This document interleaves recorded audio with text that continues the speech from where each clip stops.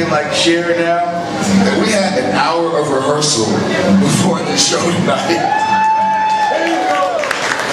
So, that's how hot these cats are. That's Jukebox. Atlanta's own Jukebox. How many people here have ever been in a long distance relationship? That's serious, right?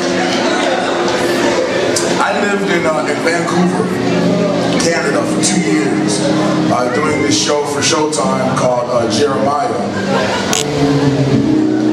that clearly nobody here has ever seen. Except Dawn, me and Dawn. Oh man, there's 3 of us, you know. This one the show only lasted 2 years. But you know, as an actor, you go where the work takes you. You know what I'm saying? So that particular job took me to Vancouver. And my girlfriend at the time lived in Los Angeles. So it was the first time as an adult that I had to really deal with a full-on long-distance relationship. And I don't know how much you know about Vancouver and Seattle, but it rains all the time. Like you must be from, you like clapping like you're reminiscing, like you miss it. It rains all the time, which is why the green there is so good. But anyway, like so I've been told.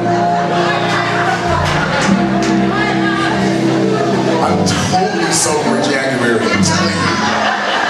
I can't speak for the rest of the 11 months in 2010. But anyway, I digress and tell about myself too. My mama's here too, damn. But anyway, so it rains all the time. Like you're lucky if you get like 2 days a week of sun. So this first year I'm up in Vancouver, it's gloomy all the time. I got this long distance relationship, and I just found myself mad and irritated and moody.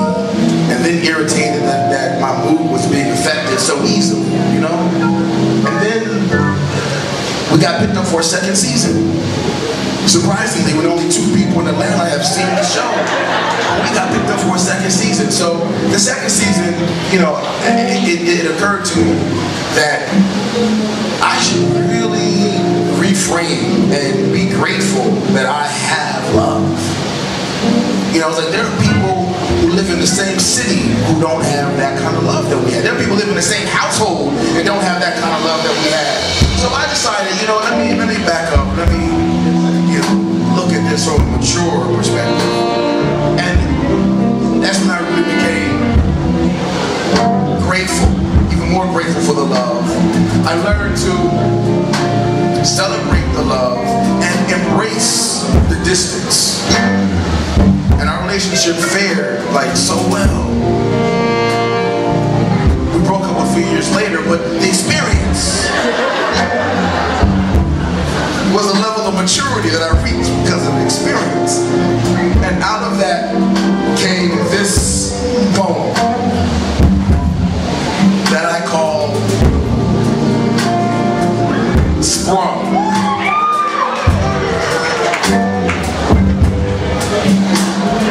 And yes, it's on the CD.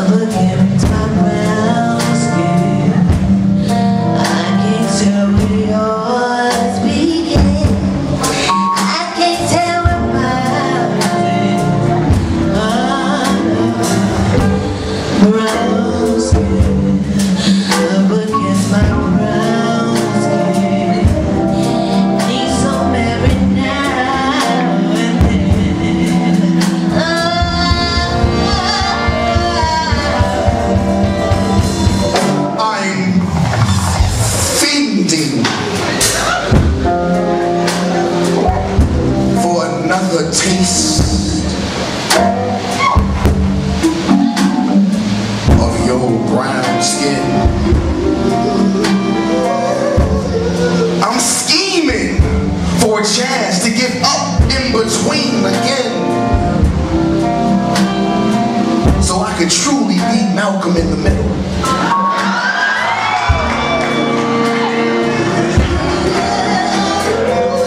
Addiction may be bad, but this affliction I have for you may prove to be harmful, because I got an arm full of scars from pinching too hard just to make sure I'm awake.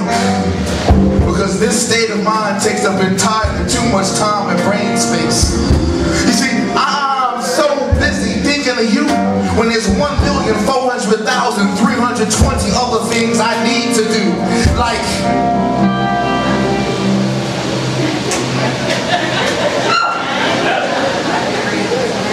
damn. See? Got all these people looking at me, and because of you I can't concentrate. I mean, if love is supposed to be so great, then how come I can't seem to do anything else with my day? I mean, I should be excited and energetic and have that look that a woman has, making breakfast in the morning while her man shirt on, but she can't really cook.